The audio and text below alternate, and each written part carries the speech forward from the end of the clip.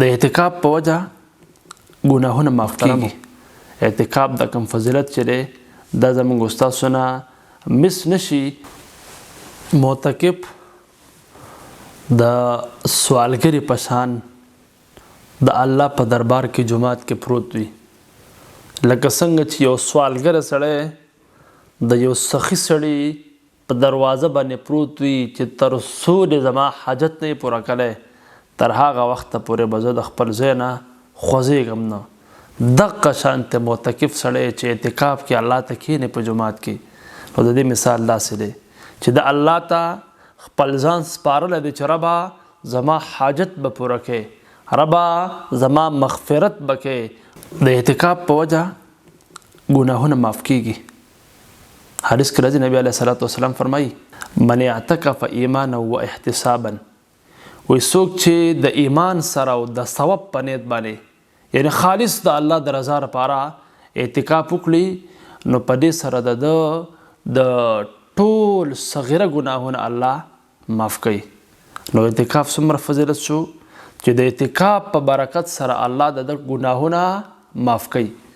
بل حدیث کې راځي نبی علیه الصلاة والسلام فرمایي وی څوک چې یوه ورځ د الله د رضا لپاره اعتکاف وکړي، نو الله تعالی به د دو د جهنم په منځ کې لکه د دو د جهنم په منځ کې به الله 3 خندقونه فاصله راولي، حایل به راولي چې د دې فاصله به د ځمکې او د اسمان د منځ د فاصلې نه زیاته وي.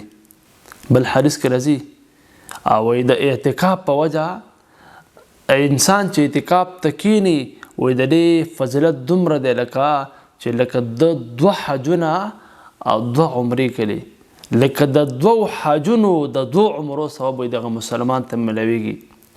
بل اعتکاف ته چې انسان کښېني نو لکه دی داسې ده چې ټوله ورځ په مانځه کې الله ته ولاړې د عبادت په ذریعه باندې. نو اعتکاف ډېر زیات فضایل دی محترمو. د الله نه پکې غوښتل کېږي، د الله سره پکې تعلق جوړېږي، د الله نه خپل حاجتونه پکې انسان غوښتلی شي، د الله سره هغه برای راست تعلق جوړېږي. نو کوشش شروع کو محترمو. رسول الله مبارک به اعتکاف ته کېناستو. یو ورځ نبی علیه الصلاة والسلام په اولنۍ عشره م کېناستو، په 2مه عشره م کېناستو. بیا نبی علیه الصلاة والسلام صحابو ته وایي چې په 3مه عشره باندې تاسو کېنئ. نبی علیه الصلاة والسلام به اعتکاف ته په 3مه عشره باندې اهتمام سره کېناستو. نو کوشش شروع کو محترمو.